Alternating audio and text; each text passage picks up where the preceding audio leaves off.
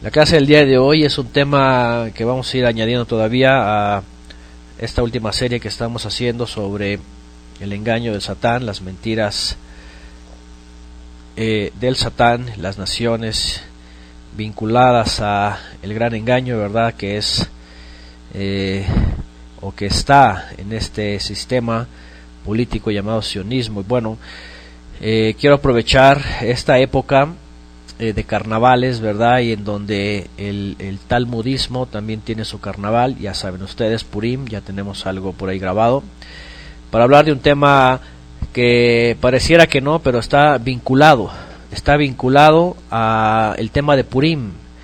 Y sobre todo, el día de hoy, al finalizar el Shabbat, muchos estarán celebrando esta fiesta sumeria o este acontecimiento sumerio, y relacionado obviamente con el libro de Esther. Y he titulado este tema como Ejército Sionista y Purim, un culto a Marduk e Ishtar, dioses sumerios de la guerra. ¿Qué tiene que ver Purim con el ejército sionista y con las deidades antiguas? ¿Qué tiene que ver una cosa con la otra? ¿Acaso están relacionados? ¿Acaso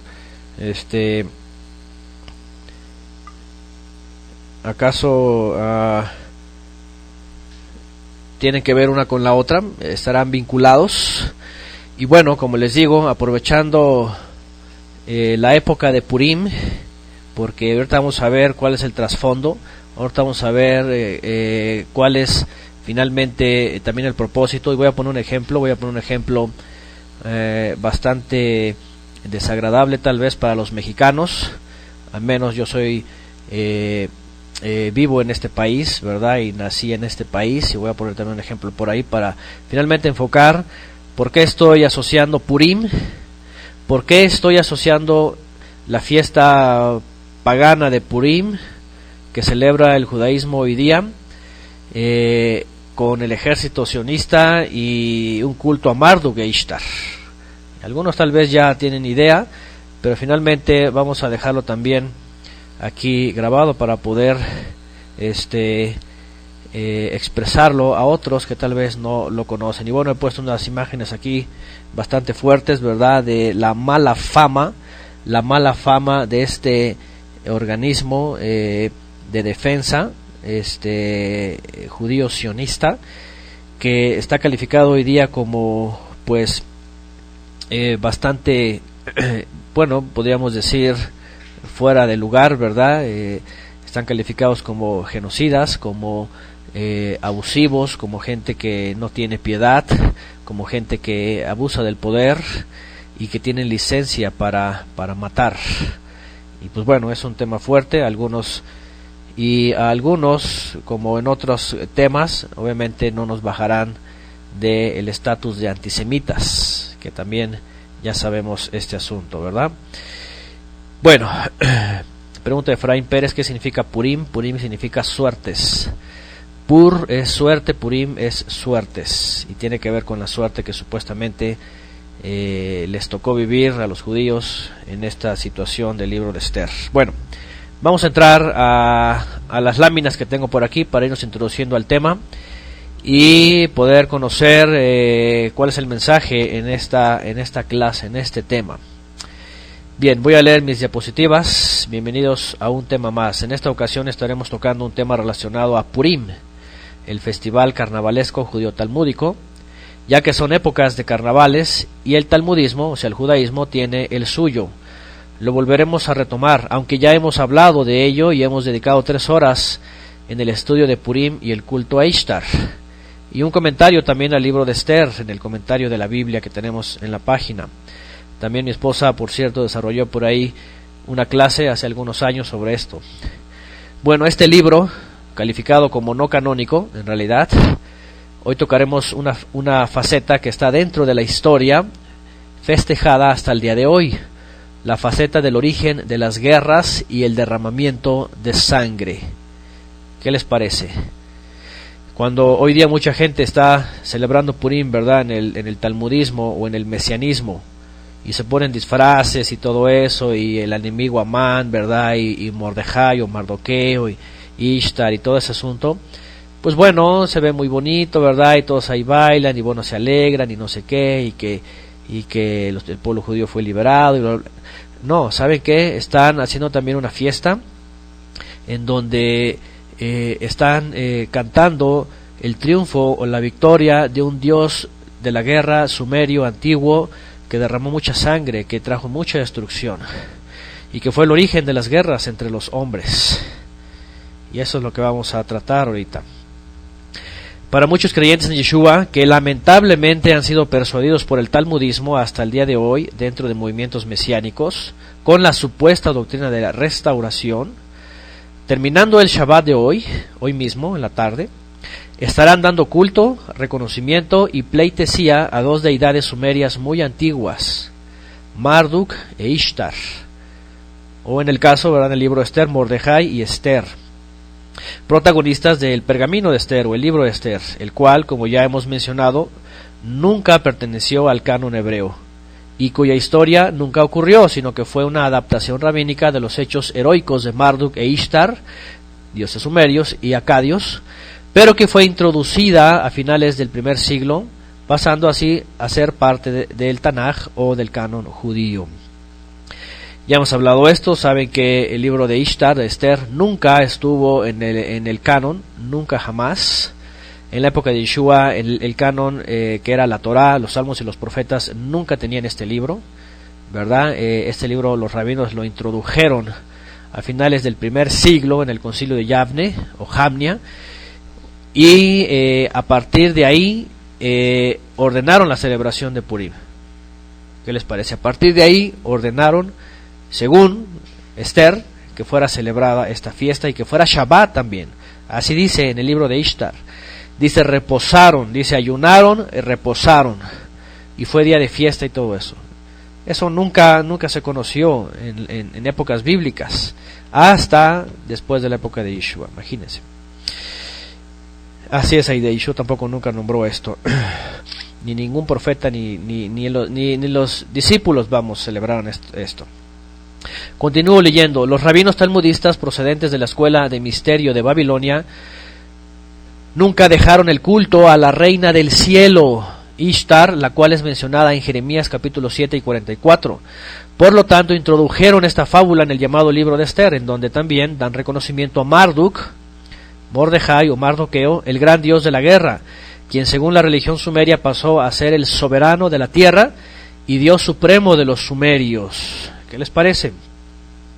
Ya sabemos que el carnaval de Purim lo celebran dedicando un ayuno a Ishtar y con una fiesta de disfraces en donde se da burla a Hamán y a Vashti, o sea, según el libro de Esther, Amán y Basti.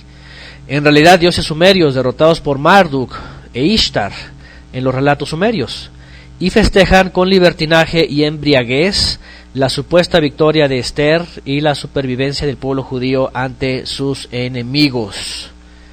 Eso es lo que les dicen. Cualquiera que no conoce la influencia sumeria y babilónica del Talmud Babli o de Babilonia desconocerá lo que hay detrás del libro de Esther y podrá estar dando un culto extraño, un fuego extraño al Eterno Todopoderoso, creyendo que es algo que el Eterno mandó. Obviamente nunca lo mandó, esa es otra cosa.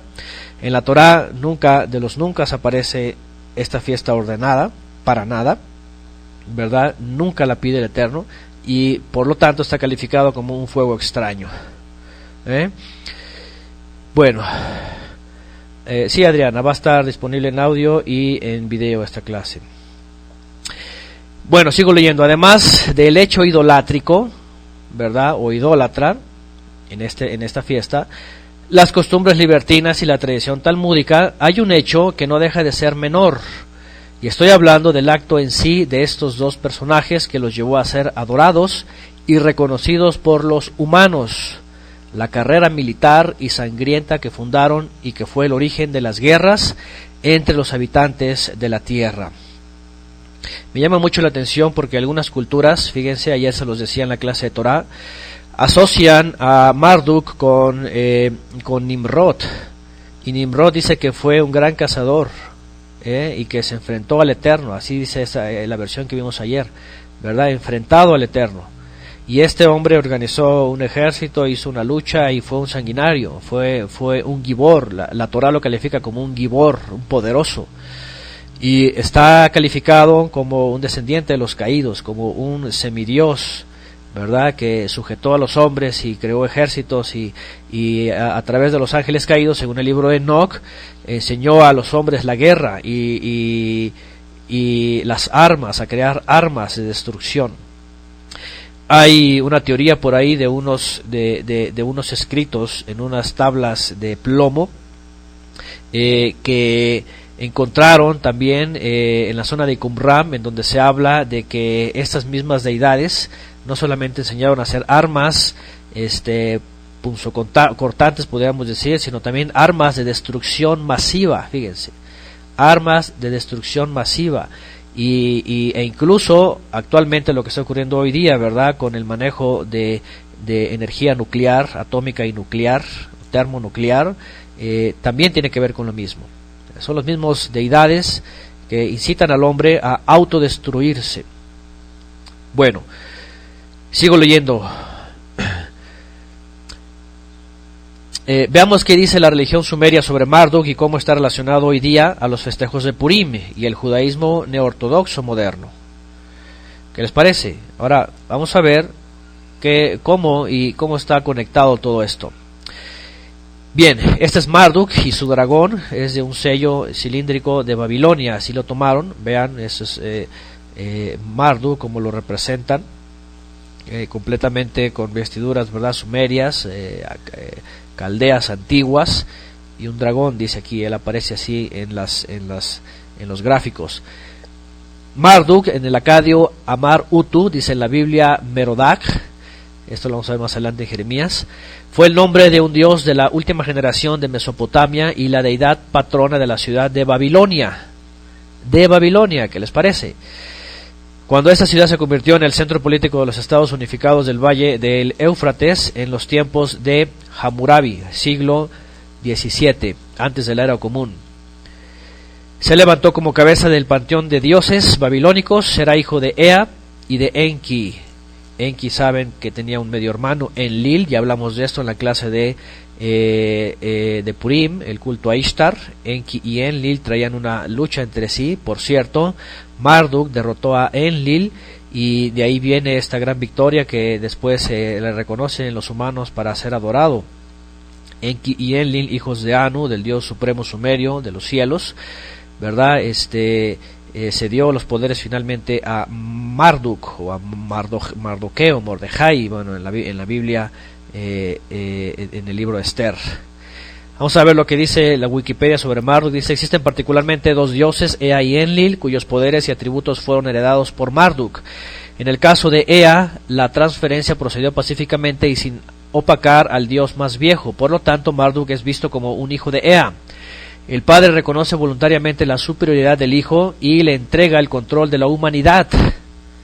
Esta asociación de Marduk y Ea, aunque indican la supremacía una vez gozada por el Eridu como centro político y religioso de Babilonia, también puede reflejar una temprana dependencia de Babilonia sobre Eridu, no necesariamente de carácter político, sino en vista de la difusión de la cultura en el valle del Éufrates, desde el sur hacia el norte, el reconocimiento de Eridu como el centro más antiguo por parte del más joven.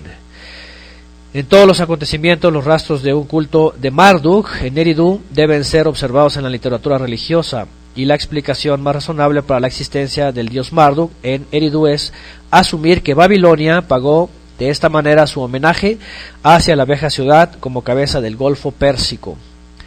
Cuando él mató a su enemigo, le arrebató las tablillas del destino, pone entre comillas, que poseía ilícitamente, y asumió una nueva posición. Bajo su reinado se creó a la raza humana para llevar las cargas de la vida, dice esta fuente, según las tablillas sumerias, de manera que los dioses pudiesen disfrutar del ocio. Varios personajes fueron nombrados en honor a Marduk. Nabu, dios de la sabiduría, de aquí viene Nabucodonosor, ¿recuerdan? Es un hijo de Marduk, y en la Biblia, en Jeremías 52, es mencionado el nombre de Marduk. ¿Qué les parece? Ahora, saben, y hemos hablado antes de los sumerios un poquito, ¿verdad? De cómo ellos, y al final voy a citar esto, como Satanás, a través de los ángeles caídos, le proporcionaron a los hombres una versión tergiversada de la creación del hombre. Y en esta versión tergiversada de la creación del hombre, introducen ahí, obviamente, la creación del hombre a través de Enlil y Enki. Exactamente como dice aquí Marco, ¿verdad? Algunos estudiosos asocian al Eterno con uno de los dioses sumerios, con Enlil, y dice, pero y yo lo mencioné en el estudio de Purim y el culto a Ishtar, Enlil nunca aparece como el creador, ¿verdad? Necesariamente de los cielos y la tierra y todo lo existente. Más bien es una tergiversación, básicamente, de la historia de la creación que indujo Satanás a través de esta religión sumeria. Bueno, ya hablé antes, no voy a hablar mucho de esto, lo hablé en el estudio de Purim y el culto a Ishtar, cómo fue tergiversada la historia de la humanidad con la falsa creación de Satanás y los o los preadámicos. Bueno, vamos a ver también Inanna, la diosa del amor y de la guerra, equivalente a la diosa Ishtar de los acadios. Fíjense nada más. Dice, la mitología sumeria, Inanna era la diosa del amor, de la guerra y la protectora de la ciudad de Uruk. Con la llegada de los acadios, Inanna se sincretiza con la diosa Ishtar. Su representación era un haz de juncos verticales con la parte superior curvada. Asociada con el planeta Venus, se le identifica con la diosa griega Afrodita y con la Astarte fenicia.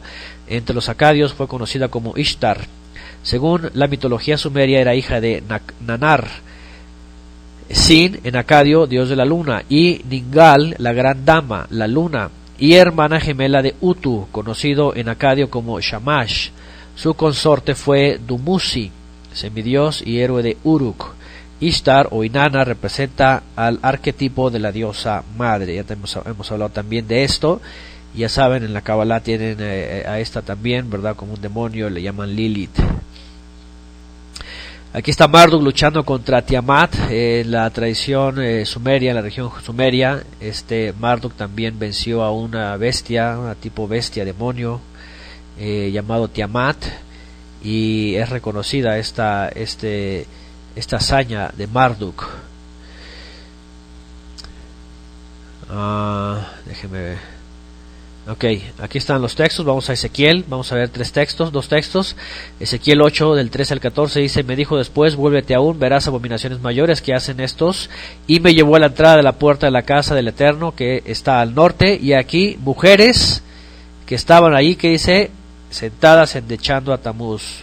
En el libro de Ezequiel vemos cómo el pueblo de Israel había caído en semejante idolatría. Estaban adorando a Tamuz. Y dice aquí abajo, Marduk estaba asociado con Nimrod, y Nimrod engendró con Semiramis a Tamuz, el cual era objeto de culto en el templo de Jerusalén.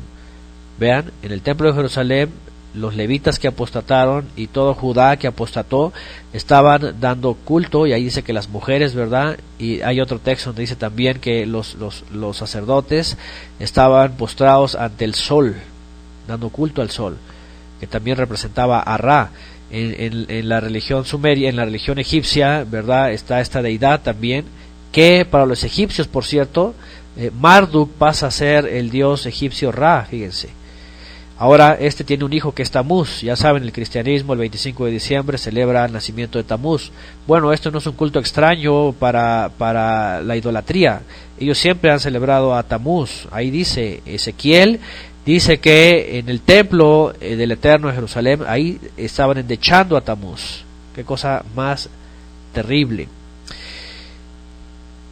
Y en Jeremías 52, cuando finalmente el Eterno envía un juicio a Babilonia, dice que destruye a Merodach. Este es Marduk, dice Jeremías 52, anunciad en las naciones y haced saber, levantad también bandera, publicad y no encubráis, decid, tomada es Babilonia, Bel es confundido, deshecho es Merodach, que es Marduk. destruidas son sus esculturas, quebrados son sus ídolos. Ese es el juicio que el Eterno iba a enviar a Babilonia por medio de Ciro, el persa, por los medos persas, cuando iban a destruir justamente este culto. Ahora, vean, en Ezequiel están dando culto al hijo de Marduk. Cuando se los llevan al exilio, los judíos, que finalmente se asimilan, terminan dándole un culto otra vez a Marduk, ¿verdad? Aunque el Eterno juzga a Babilonia, la castiga y destruye el culto a Marduk, muchos, ¿verdad?, siguieron dándole el culto a Marduk allá en Babilonia, y sobre todo los que no regresaron en el regreso del exilio, pero que regresaron en posteriores generaciones. Cuando regresan en el siglo II y I antes del Mesías, hasta el siglo I, ahí es cuando empiezan a introducir, ¿verdad?, a escondidas este libro y de Ishtar y este culto. Se sabe que el libro de Esther fue escrito apenas en el primero o en el segundo siglo antes del Mesías. Y obviamente tiene todas las referencias, hasta los judíos lo dicen esto, y los académicos y la historia, que efectivamente es un relato de la historia de Marduk e Ishtar. Los judíos talmudistas lo trajeron de Babilonia.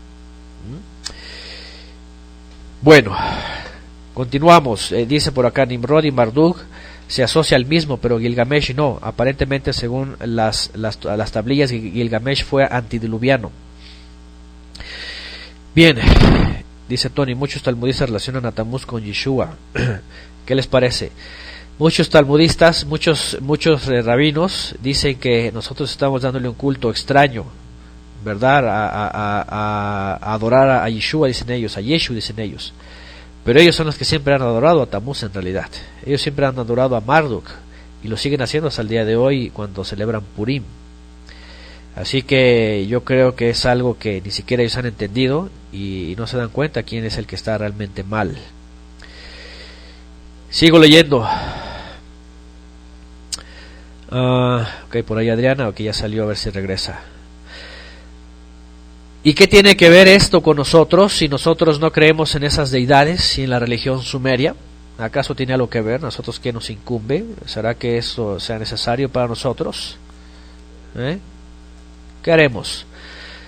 Bueno, absolutamente nada tiene que ver, pero debemos estar enterados de cómo el Satán, como lo mencionamos en el estudio de Purim, ha tergiversado la historia del origen de la humanidad, entrelazando una historia de dioses creadores, haciendo al hombre un invento extraterrestre, o de los ángeles caídos, o de los semidioses. No es otra cosa que la rebelión del Satán y sus ángeles que descendieron a la tierra engañando a la humanidad, creando un origen no bíblico, muy sutil y bastante engañador, que además de involucrar el culto religioso, que hasta el día de hoy existe, hoy renace como una aparente restauración y manifestación del Eterno mismo a través de una raza de sumerios persas que se hacen llamar a sí mismo el pueblo judío, el pueblo de Israel o el pueblo de Dios. Hoy día, fíjense, y ahorita van a ver la conexión, cómo desde la antigüedad este culto y esta raza vuelve a emerger el día de hoy, vuelven a salir. ¿De dónde provienen? ¿Cuál es su origen? ¿Quiénes fueron sus padres? ¿De qué línea viene este culto? ¿Verdad? Ahora ya hemos visto en el estudio de Purim y el culto a Ishtar, ya hemos visto cómo los sumerios, ¿verdad?, crearon su propio origen, ¿verdad?, y cómo hacen una tergiversación de la creación del ser humano, trasladándola en el libro de Enlil, supuestamente como el creador, ¿verdad? Y ahí aparece, lo ponen, por eso hace rato mencionaba Marco del mundo actual, como algunos estudiosos de las religiones posicionan al Eterno con Enlil, según por el libro perdido de Enlil, o el libro perdido de Enki, ¿verdad?, en donde aparece ahí otra creación, y aparece un Adam llamado Adapa, y etcétera, etcétera, etcétera. Entonces, ese es el gran engaño del Satán. Hasta el día de hoy, déjenme decirles que muchos lo siguen creyendo. El judaísmo en Babilonia lo creyó. el judaísmo en Babilonia creía que ese era su origen. Creían que Marduk era ese Dios que los había liberado y ese Dios que les había prometido vida y les había prometido pues todo lo que ellos querían. Por eso ellos dejaron al Eterno. Así dice la Escritura, ¿verdad? Todos los profetas. Es más, cuando entran en la tierra de Canaán dice, me dejaron, dice el Eterno, y se fueron tras los dioses de Canaán. Los dioses de Canaán adoraban al mismo, porque venían los dioses venían de Acadia y de Sumeria. Entonces, aquí hay algo bien interesante, y lo he mencionado antes, y lo sigo mencionando hoy. ¿Ok? ¿Por qué? Porque los judíos cuando estuvieron en Babilonia, ¿cómo se dice? Se envolvieron en esta interpretación sumeria, se empaparon de toda esta religión sumeria, y terminaron creyendo que Enlil y Enkin eran los dioses creadores, ¿verdad?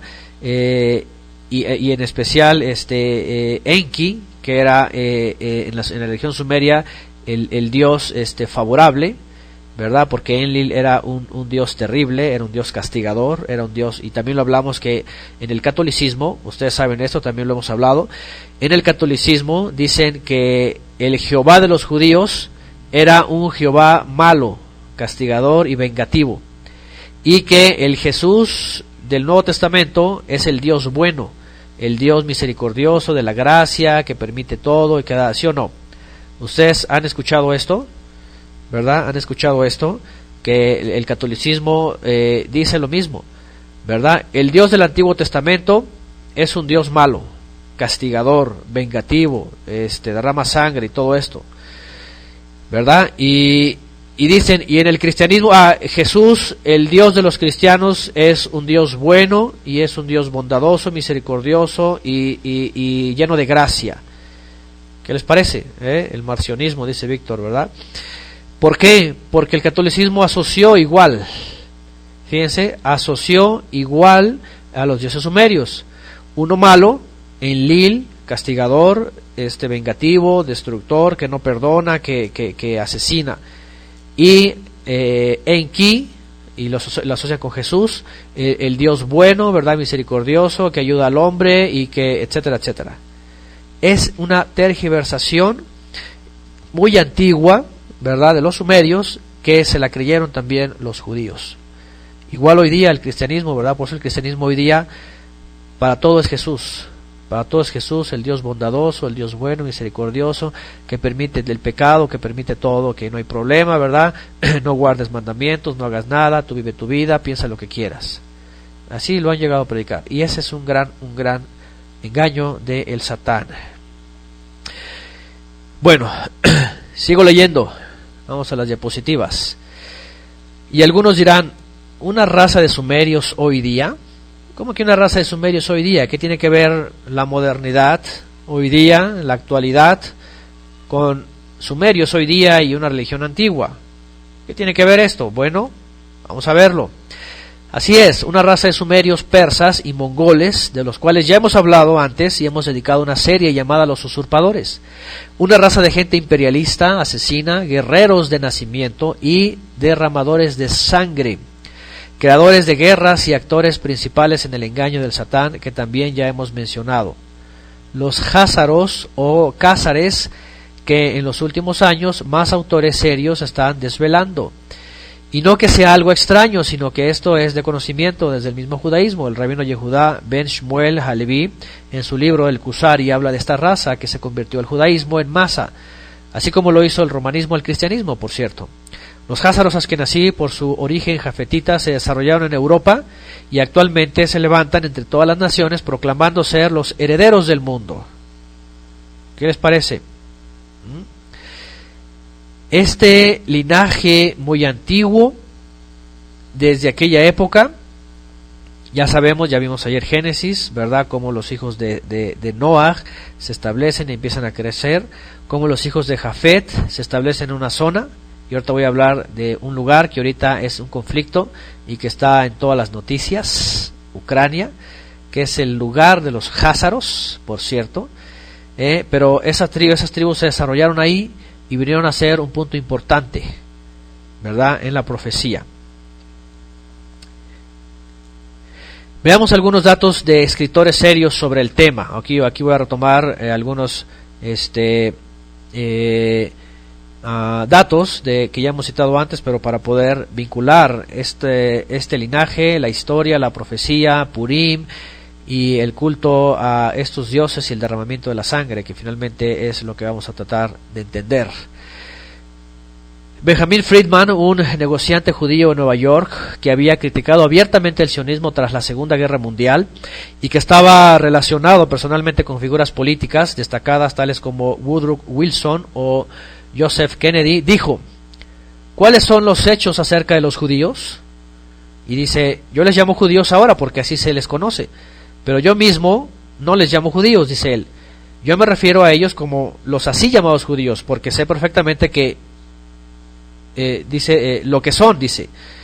No hay ni uno solo de ellos cuyos ancestros hayan pisado jamás la tierra prometida. Vean, un judío neoyorquino está diciendo esto.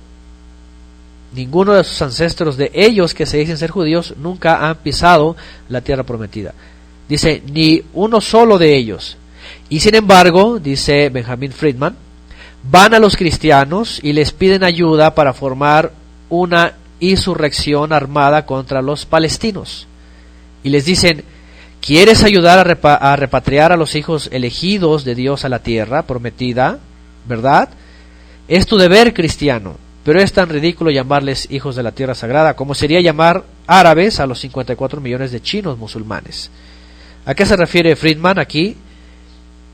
¿Es que acaso los judíos no provienen de Oriente Medio como nos han hecho creer durante años? Vean, y aquí es un escritor serio, ¿verdad?, que está hablando y que ha denunciado el sionismo en las últimas décadas. Es muy interesante, ¿verdad?, porque hoy día se está revelando mucha información respecto a eso, se está hablando ya mucho del tema.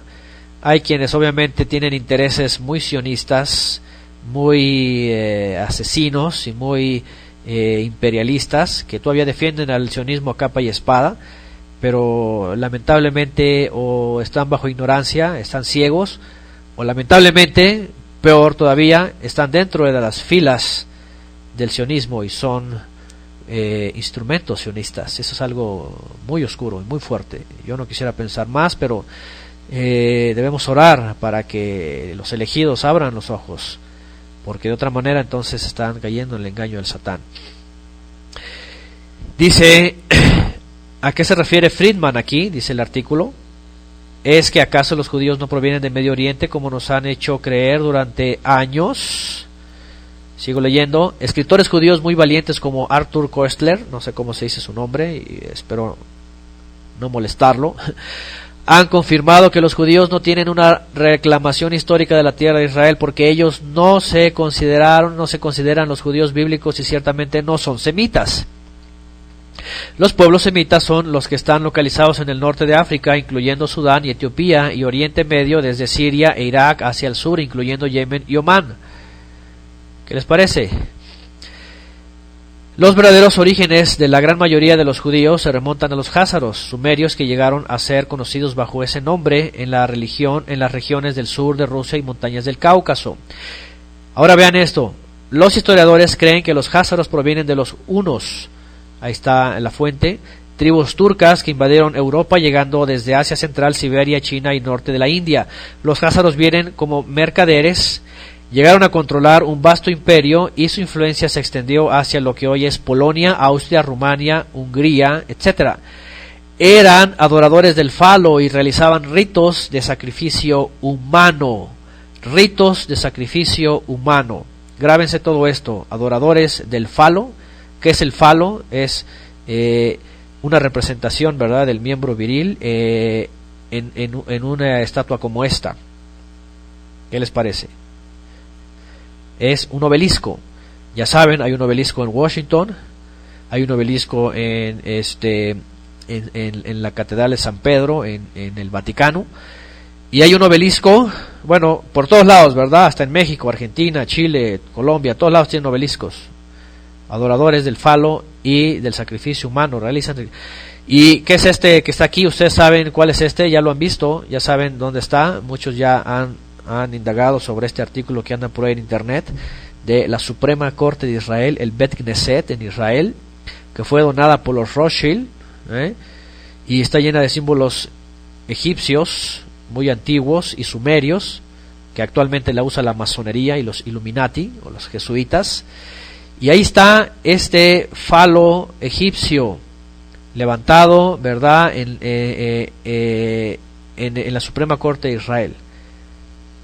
Ellos son entonces, y además realizan ritos de sacrificio humano. Hay documentación muy fuerte que yo les pido a ustedes que la busquen, ¿verdad? Yo no quiero decir cosas ahorita que muchos se vayan a escandalizar, pero hay documentación muy fuerte que habla de que esta gente realmente hace sacrificios humanos hasta el día de hoy. Hace sacrificios humanos hasta el día de hoy. Lo hacen. Y han también, y eso también es algo muy fuerte, y ustedes lo pueden localizar también indagando y buscando en las noticias y en lo que se dice sobre esto.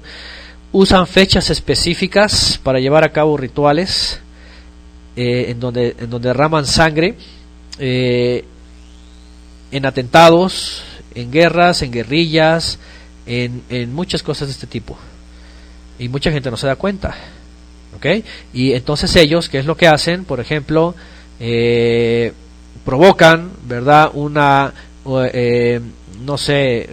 acto terrorista, y después atacan, ¿verdad?, y matan tantos tipos de personas, derraman sangre en fechas específicas.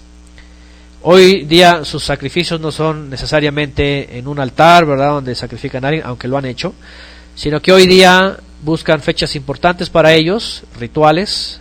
Les gusta mucho la numerología, la Kabbalah, y entonces buscan fechas y lo hacen. Por ejemplo, ahí está el gran ejemplo, ¿verdad?, aquí pone Marco del Mundo Actual, el 11 de septiembre. Todavía muchos hasta el día de hoy siguen creyendo, ¿verdad?, que fue un ataque de los árabes. Y hay miles de razones, ¿verdad?, investigaciones que dicen eso fue un atentado. Y es un mega ritual.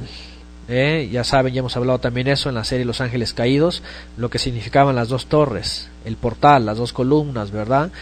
Todo eso, el 9, el 11. Entonces, eso fue un ritual también. Ellos les encanta eso, ellos buscan fechas para asesinar gente. Bueno, voy a continuar. Ahora, déjenme decirles, hace rato les estaba diciendo que esta gente ha convencido a muchos cristianos, ¿verdad?, a decirles, ¿saben qué?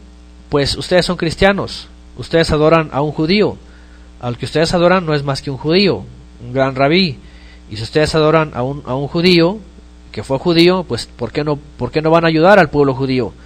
Así que han persuadido a los cristianos de una forma sutil, al decir, bueno, su Dios es judío, y si bendices al pueblo judío, entonces serás bendecido, pero si lo maldices, serás maldecido. Y entonces ahí está ese juego de palabras, ¿verdad?, en el cual muchos cristianos están involucrados, y entonces dicen, vamos a bendecir al pueblo judío, aunque no es el pueblo espiritual, dicen ellos, bueno, es el pueblo físico, es el hermano mayor, es Judá, y vamos a bendecirlo. Y están engañados en este juego de palabras.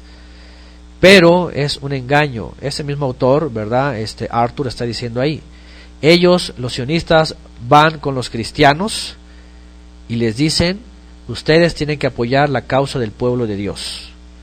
Ustedes adoran a un judío y nosotros somos judíos y Jesús siempre fue judío, así que tienen que apoyar la causa sionista. Y ahí están, ¿verdad?, toda esa gente ignorante enviando dinero, enviando apoyo y en pro del sionismo, y no saben lo que están haciendo. Están introduciéndose en los grandes mega rituales y sacrificios de esta gente. Sigo leyendo, dice este autor, sobre el 740 después del Mesías, el rey de Casaria, vean, el rey Bulán adoptó el judaísmo por razones políticas, para no desaparecer, siendo absorbido por los reinos cristianos al oeste y los musulmanes al este y al oeste. De manera que el 90% de lo que hoy llamamos judíos, ponele entre comillas, vean, el 90% descienden de estos házaros que poblarán la región central de Rusia, y Europa del Este. Estas tierras ahora están ocupadas por el estado de Georgia, en la región del Cáucaso, y el rasgo físico distintivo de las gentes de ahí habitan aún hoy es la nariz aguileña, que muchos aún asocian con la nariz típicamente judía. ¿Qué les parece? Kostler dice, Arthur Kostler, que había nacido en Budapest en una familia judía, escribió: sus ancestros, por lo tanto, no provienen del Jordán, sino del Volga, no de la tierra de Canaán, sino del Cáucaso, que aún se asocia con el origen de la raza aria, pone entre comillas, y genéticamente están emparentados con los hunos, los uigur y las tribus magiar, y no con las semillas de Abraham, Isaac o Jacob. Esto significa que el propio término antisemitismo, pone entre comillas, carece por completo de sentido para referirse al antijudío, puesto que está basado en la confusión del término por parte de la víctima y de sus verdugos. La historia del imperio Khazar comienza a ver la luz y se presenta como el engaño más cruel que se haya perpetrado jamás en la historia. ¿Qué les parece? Y lo está diciendo un judío, ¿verdad?, que nació en la familia judía y que denuncia el sionismo y que ha estudiado y que se ha dado cuenta, según la historia y los documentos, en dónde está este engaño. ¿Qué les parece? Vamos a seguir leyendo. Ok, cuando tengan el PowerPoint, yo estoy citando aquí también las fuentes. Aquí está la página, hazaria.com con KH, critocer.html, después les voy a pasar esto. Ok, en el PowerPoint van a tener toda esta información. Sigue diciendo Kostler, dice: Kostler apunta a muchos rasgos distintivos, esto en su libro La 13ª tribu, cuando habla de los házaros. Dice: comunes como la yarmulka, o sea, el gorro de los judíos, común a uzbecos y otros pueblos de la ex Unión Soviética, y que también es usado por musulmanes, y la jerarquía católica romana, cuyo verdadero origen se remonta a la antigua Babilonia. Los descendientes házaros llegaron a ser conocidos como judíos, entre comillas, y su auténtico origen se perdió para la historia, aunque no para las familias de la élite y la iglesia romana, que prefirieron mantener la falsa versión de la historia para el resto del mundo. Hago un paréntesis, por cierto, Roma sabe esto, tiene documentos en el Vaticano, pero no los ha querido soltar, pero ahí está toda la información. Sigo leyendo. Lo que fueron los házaros hoy se les conoce como Ashkenazí, judíos provenientes de Europa del Este, y las cifras y estudios indican que el 90 al 95% de los que se llaman a sí mismos judíos son Ashkenazí, es decir, antiguos házaros. Ayer hablamos de esto, ¿verdad? Ashkenaz viene de la línea de Gomer, y este viene de Jafet, ¿verdad? Magog, Gomer, Tubal, Mesec, todos ellos descendientes de Jafet, que fueron persas, que fueron también sumerios, que fueron adoradores del falo, etcétera, etcétera. Dice: tampoco es cierto que los judíos hayan necesitado o perseguido la reclamación de volver a su madre patria, como hemos dicho. Más bien, al contrario, a lo largo de la historia, y España es un ejemplo, los judíos han coexistido pacíficamente con los cristianos y musulmanes en muchos países y estados. Déjenme decirles que hasta el día de hoy, pero ¿cuál es el problema actualmente? Que el mundo masón que dirige las naciones, el poder masón, ha creado la síntesis y la tesis y la antítesis para realizar una síntesis, destruir a ambos y crear una nueva visión del mundo.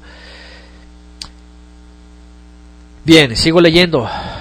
Ahora, toda esta información ustedes pueden encontrar en internet, este libro, La 13ª tribu, así lo pueden buscar, de Arthur Kostler. Bueno, yo lo pronuncio así, no sé cómo se pronuncia. Y ahí viene la información, está bien documentado, viene bastante bien la historia, y lo pueden conseguir a través de internet. Ok, se pronuncia Kessler. Bueno, ahí está, gracias. Sigo leyendo. Los Ashkenazí son el grupo étnico que mantiene el poder en Israel desde 1948, vean. Durante siglos los judíos Ashkenazí no hablaban el idioma semítico hebreo, lo que no sorprende ya que no eran hebreos. Ellos desarrollaron su propio idioma conocido como el Yiddish, que comenzó a hablarse en Alemania y se extendió por Europa Central y del Este. Más tarde el Yiddish evolucionó para incluir elementos del eslavo, arameo, hebreo y otras influencias. Así que lo que conocemos hoy como Ashkenazí es un cóctel genético de sumerio, turco, lejano oriente, europeo, Europa Norte y Europa Occidental. ¿Qué les parece? Kessler, ya me corrigieron aquí, dice en su libro La 13ª tribu, para añadir algo más, los judíos de hoy en día no tienen una tradición cultural común, simplemente ciertos hábitos y comportamiento derivado de su herencia social, de la experiencia traumática del gueto y de una religión que la mayoría no practica y en la que no cree, pero sin embargo confiere algún tipo de estatus pseudo-nacional. La influencia del mensaje racial e histórico, aunque basado en una ilusión, actúa como un resorte emocional importante que apela a la lealtad a la tribu. Ayer yo mencionaba, y ahorita lo repito para que se quede también en este tema, ayer mencionaba que después de la emancipación judía y los judíos que salen de la Haskalah, del iluminismo, y empiezan a crear, ¿verdad?, la reforma dentro del judaísmo y todas las necesidades para darle una visión diferente al judaísmo en Europa, rumbo hacia el nacionalismo, ¿verdad?, impulsado primeramente con el rabino Kalischer, el cual ya hemos hablado también cuando hablamos del tema de Aliyah. Kalischer con otros rabinos empezaron a promover que todos esos que se hacían llamar judíos, pero que realmente eran conversos y que nunca habían estado, ni sus ancestros nunca habían estado en la tierra prometida, empezaron a aprender hebreo. Y hubo un gran esfuerzo para que todos esos sionistas que estaban a punto de emigrar, ¿verdad?, o de inmigrar, aprendieran el hebreo. Hasta el día de hoy, ¿verdad?, hay escuelas que están dedicadas a eso, para que todos los que van a hacer aliyah aprendan el hebreo. Que el idioma nunca fue de ellos, nunca ha sido de ellos. Y además no es el hebreo bíblico, es una mezcla. Por algo también los ashkenazí, ultra ortodoxos dicen que ese idioma es un idioma impuro. Bueno, es un problema que también traen ellos. Bien, dice Ophelia, inventaron una identidad y la han propagandeado. Así es. Bien, sigue diciendo, dicho sea de paso, el símbolo del hexagrama, vean, sigue diciendo el autor, dicho sea de paso, el símbolo del hexagrama, o sea, la famosa estrella de David, dice, que hoy está presente en la bandera del Estado de Israel y es un símbolo mundialmente más conocido de los judíos, era el símbolo de la casa, del escudo de la casa de los Rothschild, vean, también conocido como la estrella de David o el sello de Salomón. No estaba considerado un símbolo judío hasta que se adoptara por parte de los Rothschild y puede encontrarse en muchos lugares de otras culturas, religiones. Mucha parte déjenme leer otra vez. No estaba considerado un símbolo judío hasta que se adoptara por parte de los Rothschild y puede encontrarse en muchos lugares de otras culturas y religiones. Lo usaban, por ejemplo, los magos árabes, los druidas y los satanistas. Una estrella de David se encontró en el suelo de una mezquita en el año 1200 en Tel Aviv. ¿Qué les parece? De nuevo, dice, volvemos a encontrarnos con una verdad histórica que se ha ocultado a la mayoría con el único fin de la manipulación de las masas. Judíos, practicantes o no, y no judíos, para la creación de un estado juguete, Israel, con un enorme coste en vidas humanas de palestinos y sufrimientos indecible de millones de personas por parte de la casa de los Rothschild y sus agentes. Por supuesto, el papel silenciador y cómplice de la Iglesia Católica, cuya Biblioteca Vaticana contiene libros y documentos que pondrían de manifiesto como otros muchos engaños perpetrados a lo largo de la historia, ha sido y es absolutamente fundamental. De hecho, la casa de los Rothschild posee el título de Guardianes de los Tesoros del Vaticano y se asegura de que el patrimonio, finanzas y los secretos de la Iglesia de Roma pertenezca oculto. ¿Qué les parece? Bien, lo que estamos viendo pues finalmente aquí es de que esta gente que también están coludidos con Roma. Vimos en Apocalipsis la bestia, ¿verdad? Que sale y que viene cabalgada por una ramera. Ya sabemos que este sistema están coludidos ambos, van de la mano, se usan mutuamente, ¿verdad? Y tienen sus mismos fines. Pues fíjense que, como dice aquí este autor, la casa de los Rothschild posee el título de guardianes de los tesoros del Vaticano. Ellos son también los que poseen el dinero, ¿verdad? Y ellos han creado todo este sistema de engaño, tesis y antítesis, ¿verdad? Árabes radicales, sionistas, para autodestruirse y para ellos finalmente, según ellos, con la promesa de su Dios, que es el Satán, traer una nueva era de paz y amor y hermandad, en donde este país se levante como el que va a dominar a todas las naciones y va a tenerlas en paz, pero en paz a través de la guerra, a través de sacrificios humanos, de destrucción, a través de derramamiento de sangre. Eso es lo que va a pasar, o bueno, lo que ellos dicen que tiene que pasar. Otro autor, y aquí también cito la fuente, dice el autor Tupper Saucy escribió: consciente de que los Rothschild son una familia judía importante, les busqué en la enciclopedia judaica y descubrí que poseen el título de guardianes del tesoro del Vaticano. El nombramiento de los Rothschild le proporcionó al Papa Negro, el máximo pontífice de la jerarquía jesuita, una privacidad financiera absoluta. ¿Quién buscaría jamás la llave de la riqueza del Vaticano en la casa de unos judíos ortodoxos?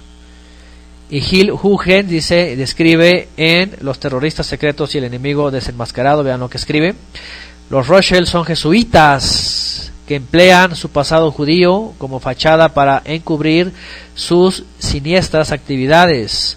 Los jesuitas, trabajando a través de los Rothschild y el financiero Nicholas Bidle, consiguieron siempre el control del sistema bancario de los Estados Unidos. ¿Qué les parece? Y eso ya lo mencioné yo también en la serie de los usurpadores al final, cuando aparecen finalmente con un gran sincretismo, ¿verdad? El Papa y el presidente de Israel juntos, es que ambos sirven al mismo, al Papa Negro, y son jesuitas infiltrados.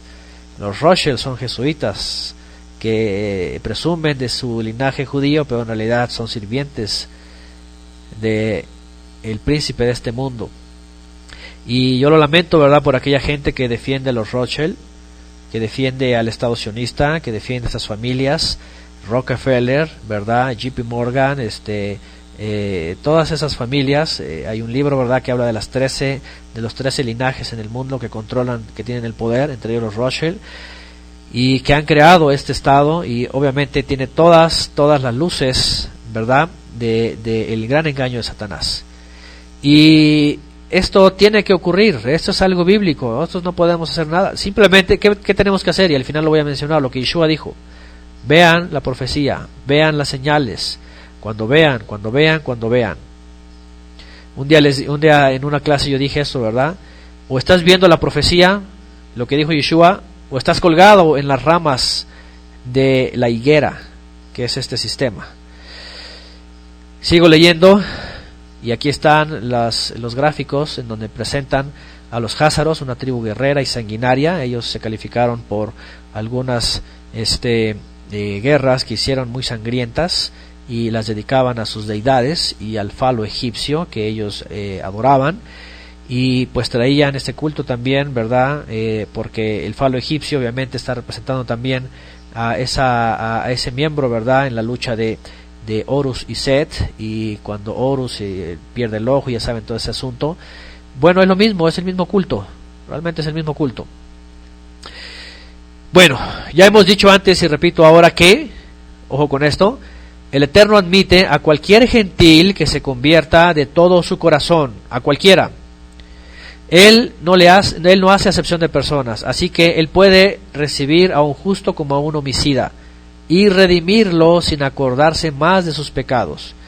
El problema acá es que no se convirtieron necesariamente al Todopoderoso, sino que se convirtieron al talmudismo. Ahora, no dudo que algunos hayan llegado a conocer la fe verdadera y hayan salido del talmudismo para conocer a Yeshua y declararlo como Mesías. Lo que sí es claro es que la historia y la profecía apuntan a conversos que emergerían diciendo ser judíos y no siéndolos, y serían el instrumento del Satán, pues son la sinagoga de Satán para dar a luz el falso Israel, presentado hoy como el gran engaño de los últimos tiempos. Yo lo he dicho en otras ocasiones, el Eterno admite a cualquier converso de cualquier nación, de cualquier pasado que haya tenido. Y aquí estamos todos nosotros, ¿verdad? Que venimos de la peor idolatría, ¿verdad? Yo creo que en América, todos yo creo que salimos del catolicismo y el Eterno nos ha aceptado. Aquí lo importante es de que Él ve el corazón, ¿verdad? Y Él ve nuestra actitud. Y Él recibe realmente y recibe conversos de todas las naciones, pero obviamente que cambien su vida y que se entreguen a su reino en obediencia y a Yeshua el Mashiach. Pero aquí vemos un caso diferente. Aquí vemos un caso profético donde la historia nos muestra que hay unos, y Apocalipsis, ¿verdad? Hay de los que se dicen ser judíos y no lo son, y son sinagoga de Satanás. ¿Qué les parece?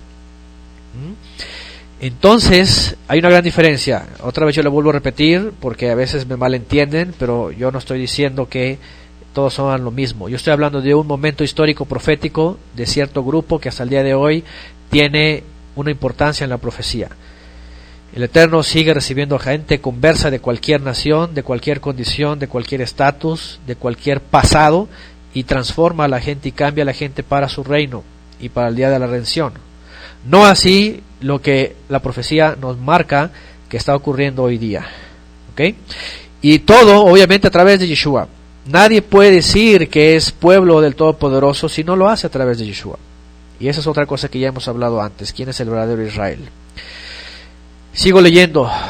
No es la intención hablar de lo que ya hemos hablado, solo quería retomar algo para llegar al tema sobre cómo está relacionado esta mentira del Satán y Purim, que hoy celebran miles, y que por cierto, laicos judíos y religiosos judíos se unen a la misma celebración. Ya hemos hablado de mucha información, pero ahora quiero otra vez conectarme. ¿Y qué tiene que ver todo eso con Purim? Bueno, hoy día en Israel, laicos y religiosos, llega Purim y todos festejan igual. Dice entonces la raíz del carnaval es judía oculta, hermano. Bueno, sí, está ahí el tema, no sé si ya vieron el tema de Purim y el culto a Ishtar, está por ahí también en YouTube.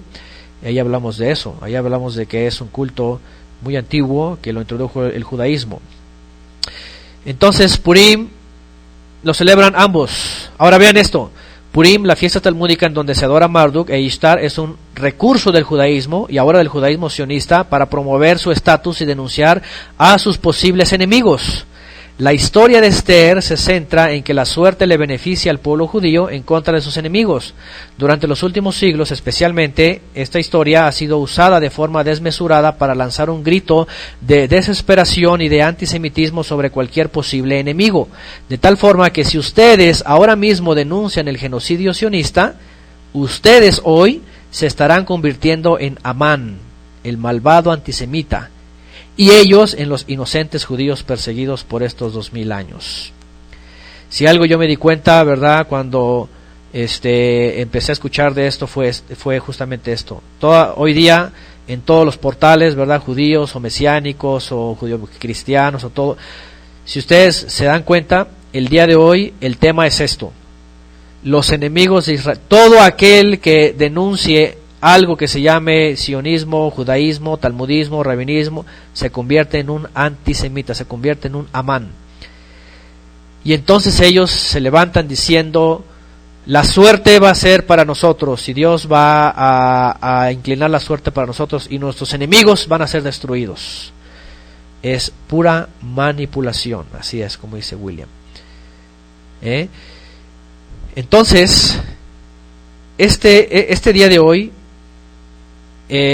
todos quienes celebran Purim empiezan a inventar enemigos, y a mí no me hace más extraño porque cada año que yo hablo de esto y cada año que estoy publicando los videos, siempre dicen: tú eres un Amán. Nunca, no hay falta quien me diga: tú eres un Amán, tú quieres destruir al pueblo judío, pero la suerte va a estar con los judíos y el ejército de Israel y sus bombas y sus rifles, y ellos tienen el poder de Dios, dicen ellos. Es una manipulación. No nos dejemos engañar, porque esto no es el Eterno, esto nunca parece así. Además, Yeshua vino a darnos una connotación diferente a lo que pasó en el pasado. Yeshua mismo llegó a decir, ¿verdad? Ama a tus enemigos, ¿verdad? Del Eterno es la justicia, Él lo va a hacer. Nosotros solamente vamos a ver y a observar la profecía. Bien, dice Will, a lo mejor estás escuchando por ahí, ¿verdad? Sí, yo creo que... y aunque no nos escuchen, hay agentes que mandan a escucharnos. Sigo leyendo. Algunos incrédulos incluso han tomado de ventaja estos actos para referirse así al Eterno como el que comanda todas las guerras y asesinatos. Sabemos que el Eterno desea en realidad que todos se salven, pero debido a la intervención de Satán, los seres humanos, con su ambición de poder y dominio, entraron en esta seducción del enemigo para autodestruirse. Ya sabemos que fueron los ángeles caídos que enseñaron a la humanidad la guerra. Estos caídos no son otros que Marduk como el principal e Ishtar, la diosa de la guerra también. Yeshua mencionó que solo hay un linaje descendiente del diablo que procura la muerte y la destrucción. ¿Qué les parece? Yeshua no vino a matar a nadie, destruir a nadie. Yeshua vino a dar vida. Yeshua vino incluso a los homicidas a perdonarles para que den vida, para Él darles vida. Yeshua es el autor de la vida, dice. Es el medio por el cual el Eterno sopló para que tuviéramos vida nosotros. Yeshua no vino a destruir a nadie, vino a dar vida, incluso vino a perdonar para dar vida. Pero ¿quién es el homicida? ¿Quién es el asesino? ¿Quién es el que está detrás del derramamiento de sangre? Ya lo vimos desde Caín, ¿verdad? ¿Qué pasó con Caín? No escuchó al Eterno, para nada. Dejó que el pecado se enseñoreara de él, llevó a su hermano a solas y lo asesinó, derramó su sangre. Y de ahí para acá, dice Yeshua, toda la sangre derramada, y eso es muy fuerte porque cuando Yeshua está hablando con los fariseos, ¿verdad? Les dice, sobre ustedes va a caer el juicio de toda esa sangre derramada desde Abel hasta Zacarías, quien mataron en la entrada del templo. Y es algo muy fuerte porque no se refería a que ellos mataron a Abel desde entonces, sino que hay un ADN, hay una genética maligna derramadora de sangre que ha venido en la gente, ¿verdad? Generación tras generación, que es influenciada por el Satán. Derrama sangre, y eso es algo bastante fuerte. Estas escenas son muy fuertes, espero que no haya niños, y si hay por ahí, por favor, distráiganlos. Voy a entrar con unas escenas un poco fuertes y temas muy fuertes. Y es algo que aparece en internet, ¿verdad? Vean, aquí ocurrió un homicidio, ¿verdad? Mucha sangre, y pintan una estrella de David, un hexagrama. Bueno, es el hexagrama de Salomón en la Kabbalah, y es, por cierto, la estrella de Saturno, que también era la estrella de Ishtar y de Marduk. Eso es algo terrible. Vean lo que dice Yeshua en el testimonio de Yohanan 10:10: el ladrón no viene sino para hurtar, matar y destruir. Y dice en el 8:44: vosotros sois de vuestro padre el diablo, les dice a los religiosos, ¿verdad?, que querían asesinarlo, que querían derramar sangre, como lo hicieron con Esteban. Dice: y los deseos de vuestro padre el diablo queréis hacer. Él ha sido homicida desde el principio, y no ha permanecido en la verdad, porque no hay verdad en él. Cuando habla mentira, de suyo habla, porque es mentiroso y padre de mentira. Este sistema que hoy día en el mundo se ha levantado está construido de mentiras, de engaño, de difamación, de soborno, de destrucción, de muerte, de derramamiento de sangre, sacrificios que le dan a sus dioses. Esto es algo tremendo y mucha gente no puede ver esto. Parece que no, pero Purim está conectado a eso. Cuando Purim celebran eso, dentro del corazón de muchos y de la mente de muchos está el exterminar a Amán, que representa a todos sus enemigos, cristianos, árabes, musulmanes, latinos, yo que sé, pónganle el nombre que sea, pero cualquiera que dice no al sionismo se convierte en un Amán para ellos. Poder, guerra, muerte, destrucción, un culto y sacrificios a los dioses sumerios antiguos. Por eso dije hace rato, ¿verdad?, que esta gente, que ya muchos están diciendo, estos no son hebreos, estos no son de origen de Jacob, estos son sumerios, persas, eslavos, jafetitas, adoradores del falo y adoradores de Marduk. Son derramadores de sangre, hacen sacrificios, les encanta derramar sangre y aunque no lo hagan en altares, no se tientan el corazón para destruir vidas. Y hoy día este sistema, este estado se ha levantado como una de las potencias mundiales, ¿verdad? Con aviones, helicópteros, tanques de guerra, armas y armas de destrucción masiva, con más poder en el mundo. Y esto no es del Eterno. Absolutamente no. Yeshua nunca dijo nada de esto. Está en contra de la ética de la Torah. Todo eso está en contra de la ética de la Torah. Ahora, lamentablemente, ellos juzgan diferente lo que pasó en la tierra de Canaán cuando el Eterno entró con el pueblo de Israel en aquella época. Por cierto, el pueblo de Israel no entró con armas. No entró con armas. Dice que ellos solamente llevaban sus asadones, palos y asadones. Pero el que destruía a sus enemigos era el Eterno. Dice que lanzaba del cielo rocas y los destruía. ¿Por qué? Porque Canaán ya había caído en una perversión y todas esas tierras tenían que ser juzgadas por su pecado.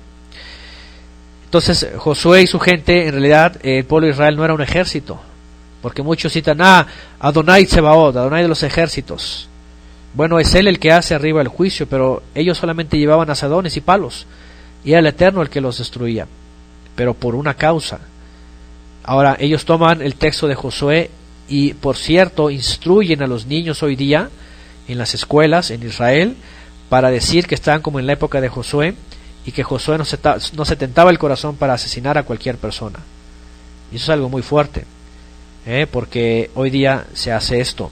Ahora, déjenme citar un ejemplo, porque no se trata solamente de este país, ya que en la antigüedad todos los países, y hoy día también todos los países, fíjense, todos los países que están bajo estos sistemas se convierten en lo mismo. Y voy a poner un ejemplo, y estoy hablando de lo que pasaba, ¿verdad?, en las civilizaciones precolombinas, acá en América. Al menos los que vivimos en México conocemos más de cerca las antiguas religiones y las culturas en México, ¿verdad? Los aztecas, los mexicas, ¿verdad? Los totonecas, los mayas. ¿Cómo hacían esto? Se sabe por las pinturas rupestres que hay y todos esos gráficos que han encontrado, que hacían sacrificios humanos. Ustedes han visto la película de Apocalipto, ¿verdad? Que, pues bueno, está muy hollywoodense y hay cosas ahí un poquito escandalizantes, pero hacían rituales, ¿ok? Y esto no ha cambiado, déjenme decirles que no ha cambiado. Hoy día, aunque vemos nuestros países supuestamente demócratas y vemos presidentes y, ¿verdad?, senadores y diputados trajeados y condecorados y aparentemente honestos, ¿verdad?, y que no pueden hacer nada maligno. En realidad no. Sabían que hoy mismo, y voy a poner mi país de ejemplo, y esto a lo mejor también me va a costar por ahí algunas controversias, pero hoy día los hombres que recibieron después de la corona el poder, que también son masones, porque desde el principio los que se levantaron en contra de la corona española, que también eran genocidas, ellos venían de la Ilustración, ellos venían de la Revolución francesa y todo lo que ocurrió con el iluminismo. Estoy poniendo un ejemplo, aquí en México. Y esta gente que recibió el poder del Satán, porque así dice Apocalipsis, que la bestia tenía el poder del dragón, y esta bestia iba a hacer un cambio en toda la humanidad, también afectó a muchos países como el nuestro. Y todo ese iluminismo y ese satanismo que viene de Europa hacia México es contaminado y es traído para acá hacia los nuevos conquistadores. Entonces, después de la corona española, los que reciben el poder aquí, que es el Partido Liberal,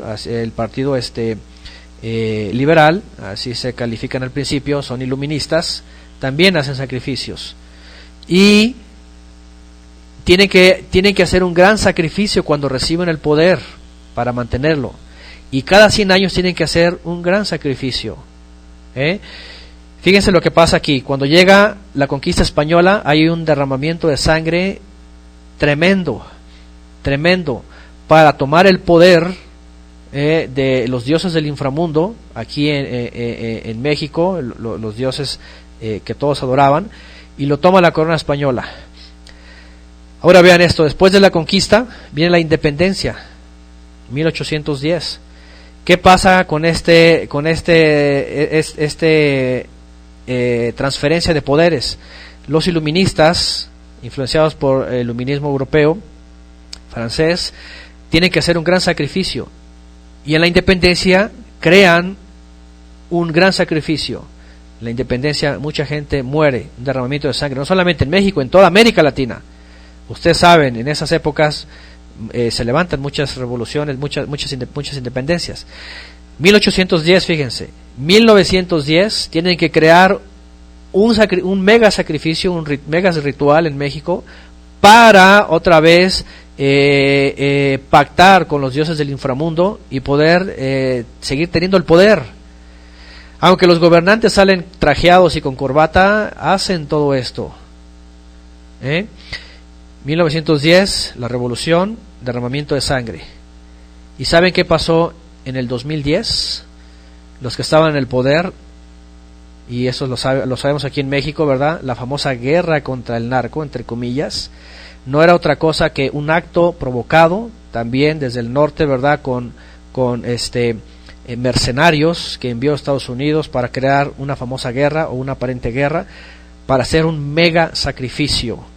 Se tienen las estadísticas que, como no se pudo hacer una revolución u otra cosa, provocaron esta supuesta guerra contra el narco, que es un invento, no existe. Esto lo crearon los iluministas, los satanistas, y hay una cifra de más de 70,000 muertos en estos 6 años, en el sexenio de ya saben qué presidente, cuando ocurrió esto. Y es que necesitan hacer un pacto nuevo con los dioses del inframundo en México, porque en México es un país muy fuerte en idolatría y con mucho poder de las profundidades del maligno. ¿Y qué hacen? Un derramamiento de sangre. ¿Qué les parece? Un nuevo derramamiento de sangre. Cada 100 años. ¿Para qué? Para renovar el pacto con las deidades del inframundo. Esto lo pongo a manera de ejemplo, me lo han contado, lo ha sabido gente que está cerca. La verdad es de que lo que la gente ve en la tele, en los periódicos, en las noticias, ¿verdad? Y el presidente, ¿verdad? La Cámara de Diputados, todo eso. ¿Saben qué? Está lleno de cultos demoníacos. Y en todos los países igual. No crean que sus países se escapan. Ah, no, mi país, no. ¿Saben qué? No se dan cuenta, pero tienen sus rituales. Bueno, y este ejemplo lo pongo porque finalmente este poder mundial, que es más fuerte, ¿verdad? Está haciendo uso de este ejército, este sistema, que se llama Fuerzas Especiales de Israel, que en realidad están haciendo un culto a Marduk, el dios sumerio de la guerra. Cada vez que estas gentes programan un ataque, ¿verdad? Una muerte, o provocan también ataques terroristas para supuestamente defenderse con otro ataque, usan fechas, usan días y usan número de muertos, y usan niños. Además que ya saben que este ejército tiene mala fama, ¿verdad? Ya por muchos actos de todo tipo, inmorales, perversos, de drogas, de alcohol, etcétera. Entonces, así es, para justificar, ¿verdad? Eso, ahí dicen, no, vamos a reaccionar porque nos lanzaron una bomba. Y entonces Israel y vean, lamentablemente, y yo he visto en las redes sociales como algunos mesiánicos no tienen ni idea de lo que hacen, y ponen una imagen que está dando vueltas por todas las redes sociales que dice, Israel tiene derecho a defenderse. Pero no saben que está creado un ataque y una defensa para hacer un ritual más. Es derramar sangre.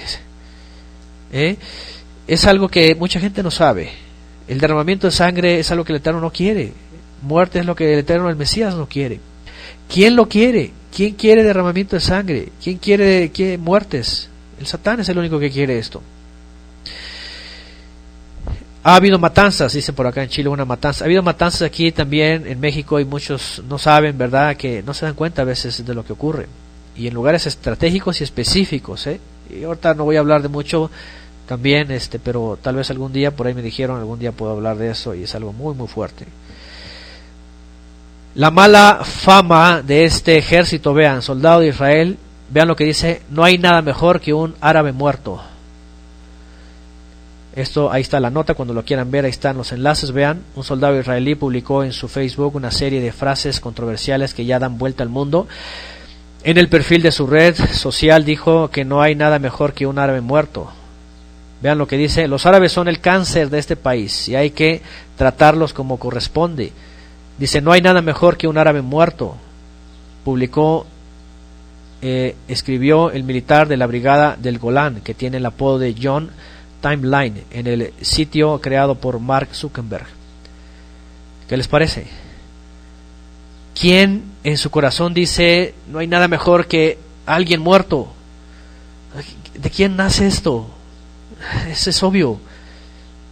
O sea, no puedes pensar: no hay nada mejor que tal fulano muerto. No puedes pensar eso. Hay un poder satánico muy fuerte ahí adentro.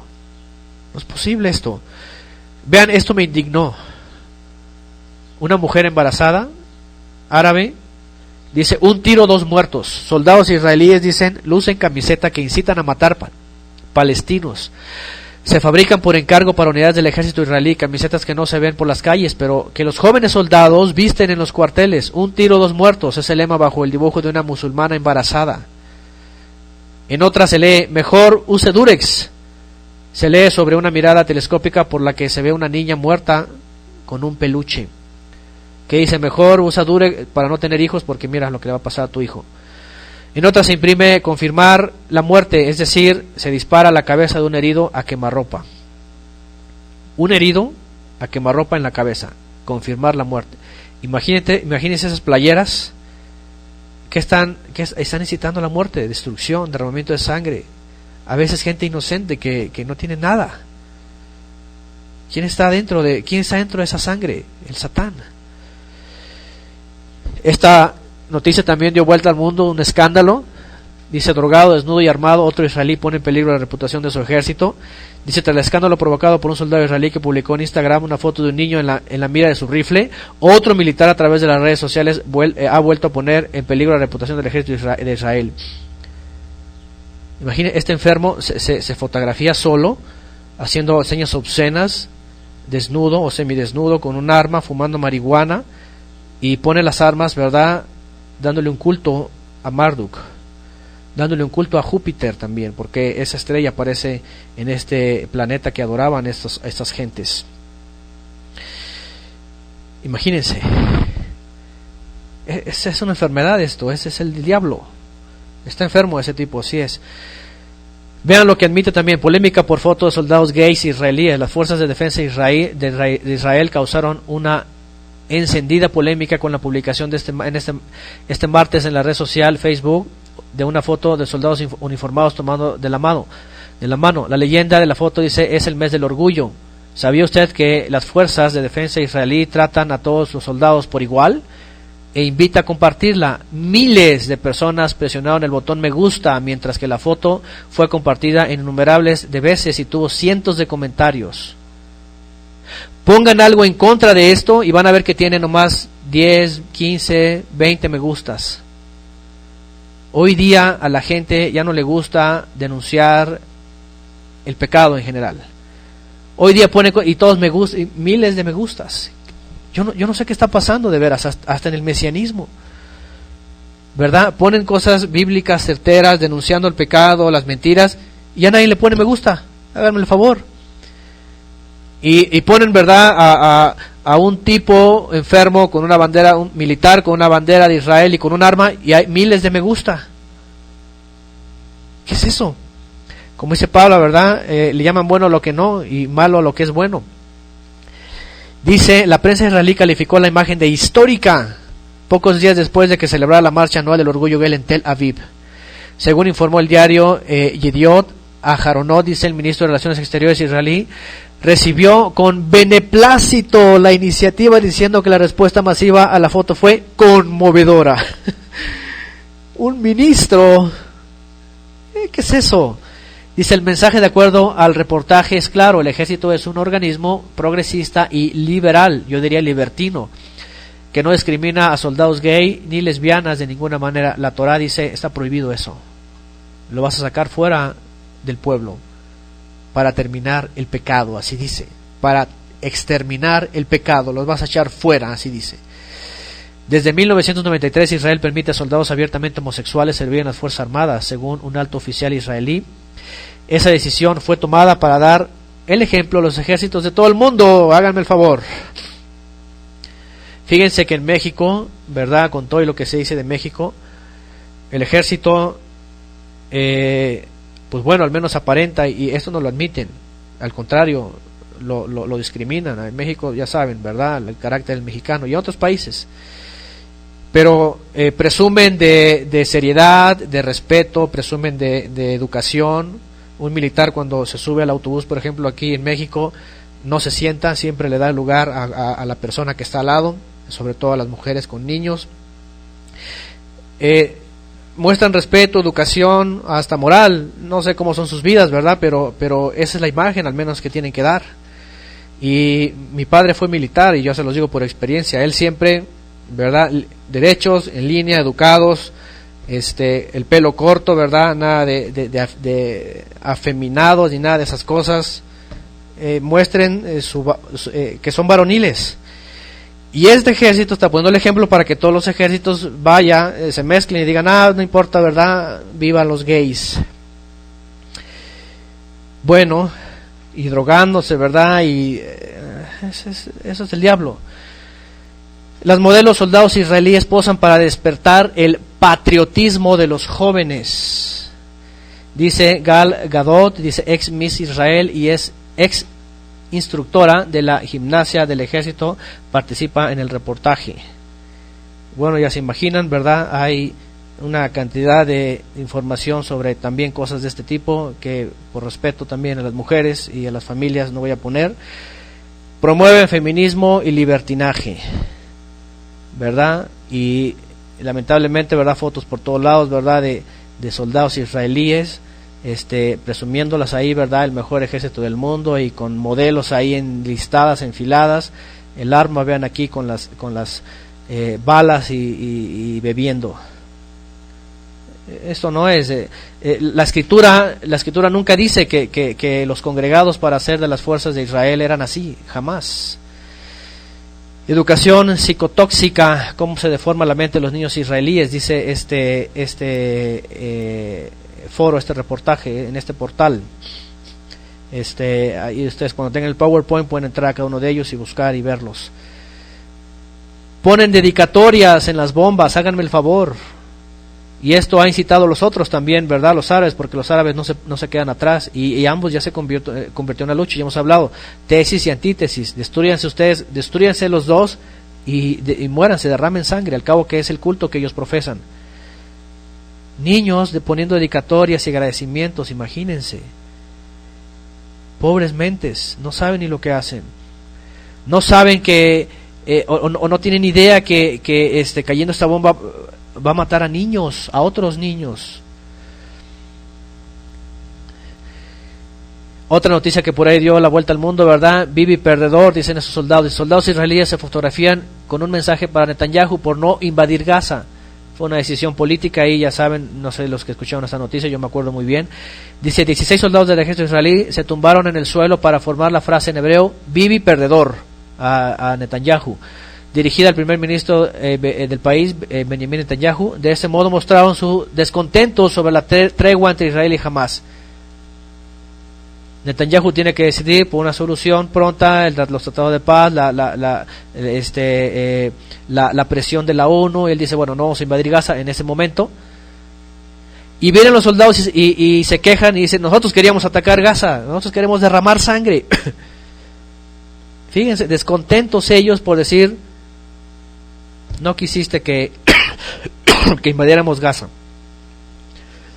Imagínense nada más. Bueno, religión y mitología.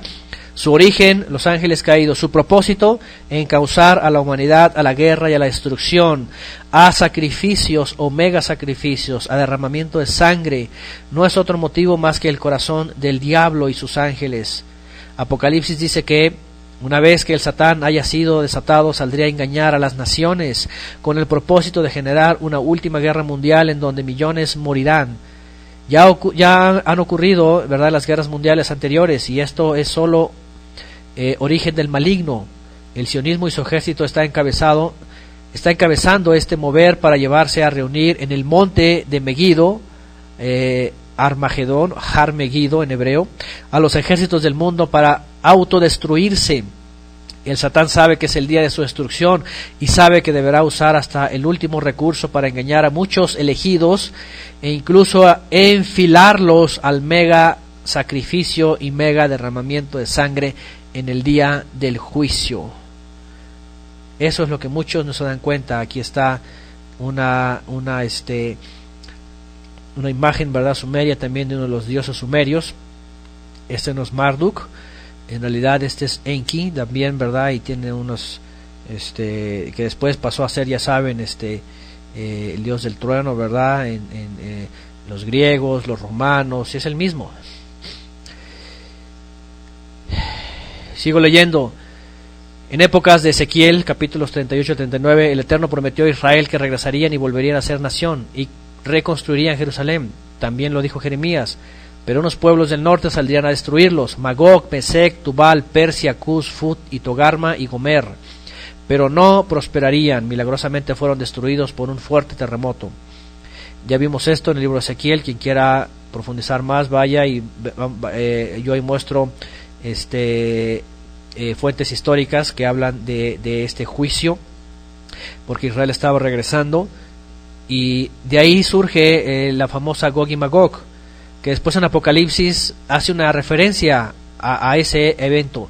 Muchos dicen que es el mismo, pero son dos eventos, en la época del regreso del exilio y actualmente la guerra que se viene o este acto finalmente derramamiento de sangre va a ocurrir en la misma zona. Por eso dice en Apocalipsis a Gog y a Magog, como diciendo otra vez en el mismo lugar. Bueno, esto ocurrió en aquella época, pero vean, los descendientes de estos pueblos que se establecieron luego en lo que hoy día es Turquía, sur de Rusia, Armenia, Ucrania y Azerbaiyán fueron identificados como persas anteriormente. Y estos formaron el reino de Kusari, después el cual se convirtió en masa al judaísmo. ¿Qué les parece? El libro El origen genético de las naciones dice que el 95% de los judíos askenazí son justamente descendientes de Jafet por la línea de Magog y Gomer, pueblos de origen persa sumerio y luego identificados como eslavos, sanguinarios, adoradores del falo egipcio. Y lo más seguro es de que todos estos askenazí de Estados Unidos, Inglaterra, Alemania e Israel serán los que representan a Gog y a Magog junto con Rusia y las naciones orientales, que están apareciendo nuevamente con todo este sistema mundial para provocar en la escena profética de los últimos tiempos, de los últimos días. Apocalipsis 9:14 dice el sexto ángel que tenía la trompeta: desata a los 4 ángeles que están atados junto al río, el gran río Éufrates, ¿verdad? Un simbolismo del Medio Oriente y de esos seres caídos que aquella ocasión iniciaron la guerra entre los hombres. Van a volver a ser desatados y ya están siendo desatados. Y todo este acontecimiento, fueron desatados los 4 ángeles que estaban preparados para la hora, día, mes y año, a fin de matar a la tercera parte de los hombres, y el número de los ejércitos de los jinetes era 200 millones. Desde el siglo pasado este tiempo profético sigue aumentando. La primera y segunda guerra mundial generó millones de muertos. Las guerras subsecuentes imperialistas y la seguramente tercera guerra termonuclear terminarán de efectuar el juicio del sexto ángel. La tétrada de lunas de sangre en los 2 próximos años anuncian muerte y calamidad. El juicio del Eterno no se tarda. Mientras tanto, muchos se enfilan a la destrucción total en el engaño de Satán desde Gog y Magog. Ya hemos hablado del tema de las tétradas. Hay un estudio, ¿verdad?, de las lunas de sangre, cómo caen las festividades, y vamos a hablar un poquito más adelante, pero estos eclipses, tanto lunares como solares, totales y parciales, no es otra cosa que un anuncio de derramamiento de sangre.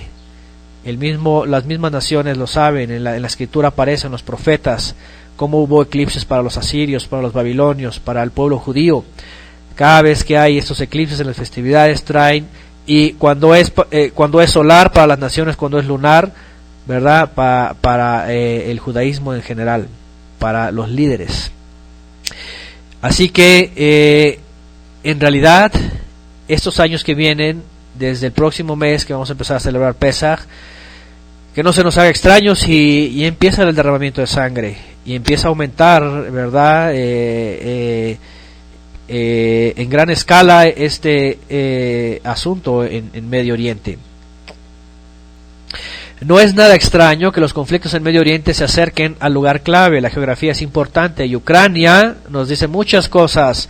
Justo aquí, geográficamente hablando, es donde los descendientes de Jafet por vía de Magog, adoradores de Marduk, antiguos persas, se desarrollaron. Luego en el siglo 7 al 9 se convirtieron al talmudismo y de ahí comenzaron su carrera de usurpación hasta hoy. Este lugar es el anuncio final de reunión y enemistad mundial. Apocalipsis alude a estas tribus que fueron juzgadas 2500 años antes, pero que ahora emergerían para una rebelión final. Vean el reino del Kusari, ¿dónde estaba? Entre el mar Negro y el mar Caspio. ¿Qué les parece? Aquí está Ucrania. Saben que lo que está pasando hoy día también es una manipulación, ¿verdad?, de la nación, y dividir a la gente, usar a las autoridades para ser hostiles a la ciudadanía, provocar un golpe de estado, intervenir, y ahí está Rusia y Estados Unidos. Es ahorita el lugar en donde ambas potencias están calentándose, pero el lugar se está acercando. Vean, aquí ya está Rusia. Vean el hecho de llegar a Irán, el hecho de ya ganarse a Turquía como aliado. Después Irán no se ha dejado. Irán ha puesto resistencias, vean, y en otras épocas Estados Unidos hubiera intervenido ya pronto, pero hoy día al menos ha resistido, y los medios de información han sacado la información como es y desmentido la desinformación, porque Estados Unidos quiso hacer lo mismo, ¿verdad?, con el sionismo, o el sionismo a través de Estados Unidos, ¿verdad? Dividir el país, poner al gobernante como un nefasto, un país hostil, crear un golpe de estado, apoderarse de Siria, de Siria. Irán también no han podido, en el caso de Siria, tomar Siria y apoderarse del lugar. Finalmente esto se va a dar, Entonces Ucrania es un lugar, aunque no definitivo, también empieza a marcar el escenario ya para lo que viene. Por eso digo, Ucrania, las lunas de sangre que vienen, ¿verdad?, lo tenso que está en Medio Oriente, cada vez estamos más cerca de que esto ocurra. Ahora es muy interesante porque Apocalipsis nos habla algo interesante, ¿verdad?, sobre esto. Y dice en esta lámina: hoy más que nunca el culto a los dioses de la guerra y la destrucción está vigente. Purim, además de la profunda idolatría que contiene también un ritual y culto sanguinario. Ningún creyente verdadero que tiene el Ruach del Eterno, el aliento santo, puede estar en armonía con estos genocidios y derramamiento de sangre. No podemos ser partícipes del gran engaño del Satán. Rompamos con toda idolatría y con todo ritual de sangre. No nos queda más que mantenernos firmes en Yeshua, que solo nos mandó a observar los tiempos proféticos. El mundo tiene su camino y destino, nosotros nuestra esperanza. Yeshua dijo: cuando vean a la higuera, cuando vean guerras, ¿verdad? Vean, ¿qué dijo Yeshua? Alístense en las filas del ejército de Israel. No dice eso. Váyanse al Negev. No dice eso. ¿Qué dice? Levantad vuestra cabeza, erguíos y levantad vuestra cabeza, porque vuestra redención está cerca. Nos toca observar y velad, ¿verdad? Velad y orad también dice, para que no vayamos a caer en estos engaños. Al borde del cumplimiento total de la profecía en Apocalipsis, y cada vez vemos más cerca esto. Desde el 2010 que hicimos la serie de Apocalipsis, ¿verdad? Estamos viendo que con el paso de los meses esto se acerca más. Voy a citar una vez más Apocalipsis 16: el sexto ángel derramó su copa sobre el gran río Éufrates, y el agua de este se secó para que estuviese preparado el camino de los reyes del oriente. Y vi salir de la boca del dragón y la boca de la bestia y la boca del falso profeta 3 espíritus inmundos a manera de ranas, pues son espíritus de demonios que hacen señales y van a los reyes de la tierra en todo el mundo para reunirlos a la batalla. Ya vimos a dónde va a ser, engañar a Gog y Magog, reunirlos en Har Megiddo, en el monte Megiddo. Finalmente esto va a ser en Israel. Ahí se van a concentrar los grandes ejércitos de Occidente que van a querer desenlazar contra Oriente. Pero ahí se va a desatar el juicio, fíjense. Dice, para reunirlos a la batalla de aquel gran día de Elohim Todopoderoso. Y yo siempre he mencionado, ¿verdad? Aquí un detalle, porque en el verso 15, antes de que siga con el lugar, porque ven en el 16, y los reunió en el lugar que en hebreo se llama Har Megiddo, Armagedón. El séptimo ángel derramó su copa por el aire. Este va a ser el día del juicio, cuando ya estén reunidos. Pero me llama mucho la atención que entre el verso 14 y el verso 16, en el 15 dice, he aquí yo vengo como ladrón. En el momento que ya estén verdaderamente los ejércitos y ya esté todo tenso y ya esté a punto de desatarse todo esto, que cada vez está más cerca, y vienen las lunas de sangre y vienen esas señales en los cielos, ¿verdad? Lo último que Yeshua dijo fue, el sol se oscurecerá y la luna no dará su resplandor, ¿verdad? Y meteoritos caerán, y dice, y verán la señal del Hijo del Hombre. Estamos muy cerca. Yo no sé cuánto tiempo más tengamos que esperar, pero entre el 14 y el 16 dice, he aquí yo vengo como ladrón. Es decir, en ese momento voy a aparecer repentinamente. Repentinamente. Dichoso el que vela, fíjense, no dice dichoso el que se enfiló en las filas del ejército israelí, ¿verdad? De que va a luchar, de que va a defender al pueblo, de que no. Dichoso el que vela y se mantiene en santidad, de guardar sus ropas. Velar es el que está atento, el que está consciente de que ya viene el tiempo, de que no está durmiendo. Guardar sus ropas es de que se mantiene en santidad, en obediencia, en fidelidad al Eterno y al Mashiach. Para que no ande desnudo, dice, para que no se le puedan ver sus pecados y se muestre su maldad. Para que no ande desnudo y vean sus vergüenzas. Pues bueno, el tiempo se está acercando, llega el momento en donde definitivamente vamos a ver cada vez más cerca este asunto. ¿Ok? Bien, gracias por ahí a Jimena que está aportando sobre también la geografía, ¿verdad? Y los hazards. Tiene una buena aportación Jimena ahí, que ha hecho una investigación sobre este gran engaño también del Satán. Y vean lo que dice el 16, y los reunió en el lugar que en hebreo se llama Har Megiddo, Armagedón. El séptimo ángel derramó su copa en el aire, y salió una gran voz del templo, del cielo, del trono, diciendo, hecho está, se acabó. Estamos cerca, yo no sé cuánto, aquí no ponemos fechas, solamente hablamos de señales, hablamos de que hay que estar listos, pero no podemos participar ni ser parte, ¿verdad?, de este sistema derramador de sangre. El ejército sionista y Purim, un culto a Marduk e Ishtar, dioses sumerios de la guerra. Entonces aprovecho este espacio justamente para hablar no solamente de que Purim es idolatría, porque lo es, aunque muchos lo nieguen y digan, ay, es que hay que dejarnos de la nostalgia, hay que dejarnos de los sentimientos, hay que dejarnos de las falsas doctrinas, de los dogmas. Aquí no cabe la nostalgia, ay, es que el pueblo, ¿verdad? Ay, no, es pura mentira. Aparte de la idolatría, hay un culto a Marduk e Ishtar, dioses de la guerra, y originadores del derramamiento de sangre. Derramamiento de sangre que va a continuar y no se va a detener. Así que ahí están los datos, ahí está la información. También ustedes cotéjenlo con la escritura y saquen también sus conclusiones.